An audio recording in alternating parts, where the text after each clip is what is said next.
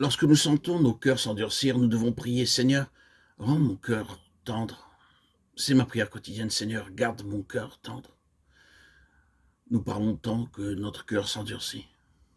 Nous disons tant de choses blessantes, sans aucune considération pour les sentiments des autres. C'est uniquement par la prière que nos cœurs demeurent tendres, affectueux et bons. Ce don de Dieu est possible. La parole de Dieu l'affirme. Le Seigneur Jésus-Christ nous a tant aimés que nous devons aussi aimer comme il l'a fait. C'est ainsi que mon Père Céleste vous traitera si chacun de vous ne pardonne à son frère de tout son cœur. Matthieu 18, 35. Nous devons pardonner. Alors Pierre s'approcha de lui et dit, Seigneur, combien de fois pardonnerai-je à mon frère lorsqu'il péchera contre moi? Sera-ce jusqu'à 7 fois? Jésus lui dit, je ne te dis pas jusqu'à 7 fois, mais jusqu'à 70 fois 7 fois. Matthieu 18, 21, 22. 490 fois.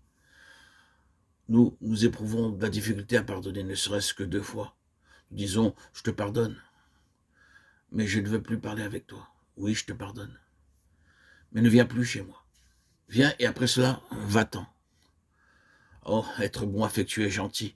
L'amour sait comment pardonner. S'il nous a pardonné, pourquoi ne nous pardonnerions-nous pas les uns les autres? C'est pourquoi aimer et pardonner les autres est la première expérience fondamentale lorsque nous devenons un vainqueur. Car nous ne pouvons pas vaincre simplement par de longues prières et par des jeûnes. Le Seigneur déclare dans Apocalypse 2,5 « Mes bien-aimés, ne trouvez pas étrange d'être dans la fournaise de l'épreuve comme s'il vous arrivait quelque chose d'extraordinaire. Réjouissez-vous au contraire de la part que vous avez aux souffrances de Christ, afin que vous soyez aussi dans la joie et dans l'allégresse lorsque sa gloire apparaîtra. Si vous êtes outragés pour le nom de Christ, vous êtes heureux parce que l'Esprit de gloire, l'Esprit de Dieu repose sur vous.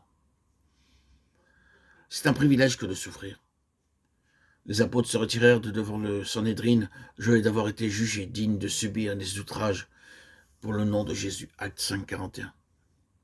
Ils étaient reconnaissants, même maltraités et dans la souffrance. Ils remerciaient le Seigneur. Nous te remercions pour le privilège que tu nous as donné de souffrir à cause de ton nom. C'est un honneur et un privilège de souffrir, et nous ne pouvons pas y échapper.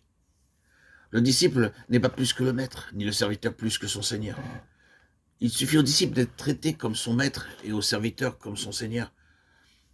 S'ils ont appelé le maître de la maison Belzéboul, à combien plus forte raison appelleront-ils ainsi les gens de sa maison? Matthieu 10, 24, 25.